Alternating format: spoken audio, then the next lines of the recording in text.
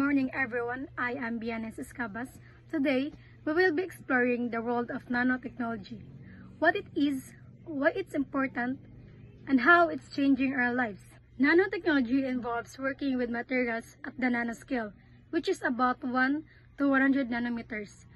This field combines science, engineering, physics, biology, and chemistry. In simpler terms, nanotechnology is like working with extremely tiny building blocks, so small you can't even see them with a regular microscope. These building blocks are called nanomaterials. Scientists and engineers use these nanomaterials to create new materials and technologies that have special abilities. For example, self-cleaning windows. Some windows are coated with a thin layer of nanoparticles that make them repel dirt and water. Second is sunscreen. Nanoparticles in sunscreen help block harmful UV rays without leaving a white residue on your skin. The idea of nanotechnology started with a scientist named Richard Feynman. In 1959, he imagined being able to build things by controlling individual atoms almost like a having superficies building block. Later on the world, nanotechnology was coined to describe the working with things on the super small scale. A nanometer is a billionth of a meter, 10 of a meter.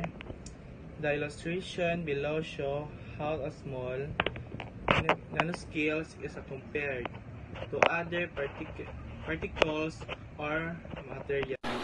Hello everyone, my name is Marifika Tubig. How to view a nanomaterials. Scientists use special tools called microscopes to see really small things called nanomaterials. Back in 1930s, they started using electron microscopes to look at these tiny things. Modern microscopes like scanning tunneling microscopes and atomic force microscopes are big improvements. There are 3 types of microscopes. First one is electron microscopes. Electron microscopes offer higher resolution than older microscopes.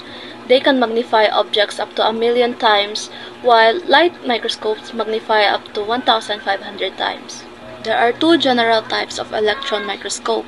First is scanning electron microscope. It scans the surface of things, shows the shape and what the surface is made of, and used in science, medicine, and making small tech. Second one is transmission electron microscope.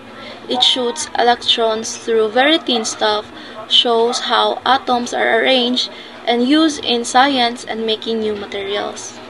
Next is atomic force microscope, developed by Gerd Binig, Calvin Quate, and Christoph Gerber in 1986.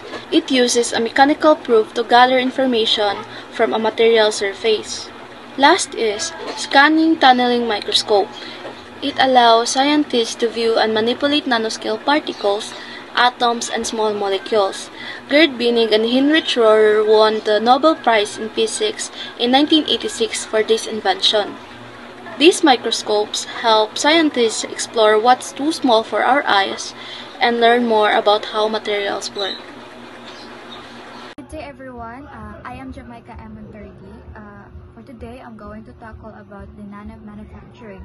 So, the nano manufacturing is a process of making very small materials or devices so small that they are measured in nanometers. So, nanometers is a billionth of a meter.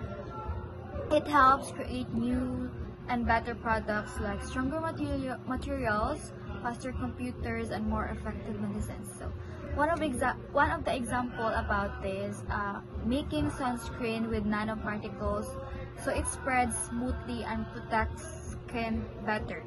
And one of the topic I want to report, guys, is the bottom-up fabrication. So, bottom-up fabrication is we build materials or products starting from tiny atoms or molecules, and it's just like building something from a small Lego blocks. And the idea is to make the materials grow or form by itself from the bottom up. And one of the example about this is creating carbon nanotubes or quantum dots.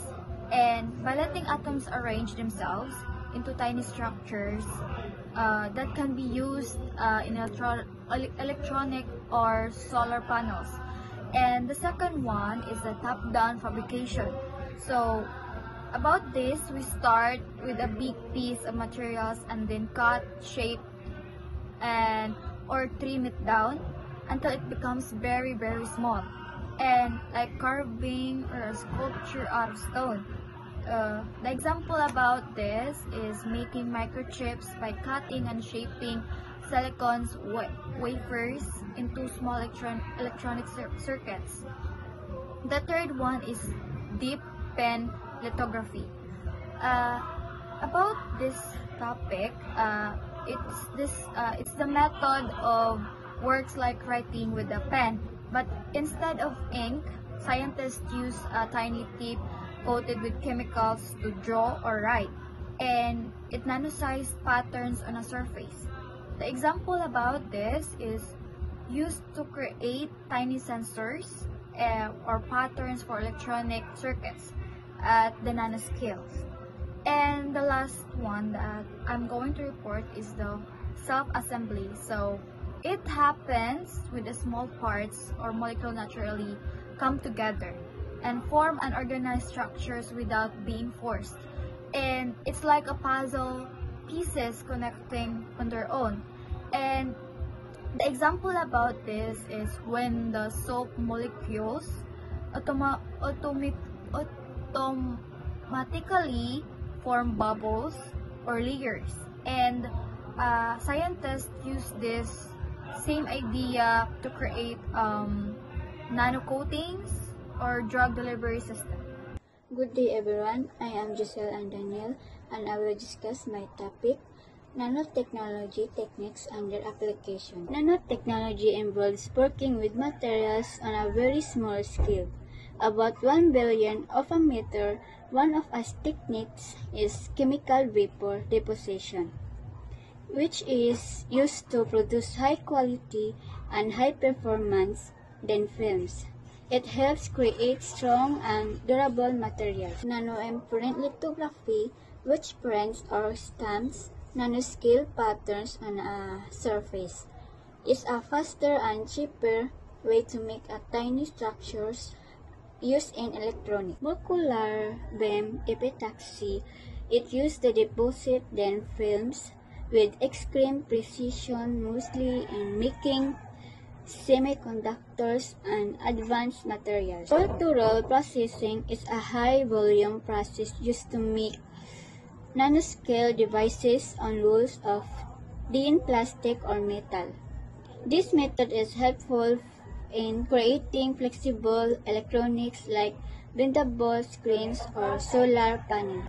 Atomic layer epitaxy, which lays down one atom, thick layers on surfaces.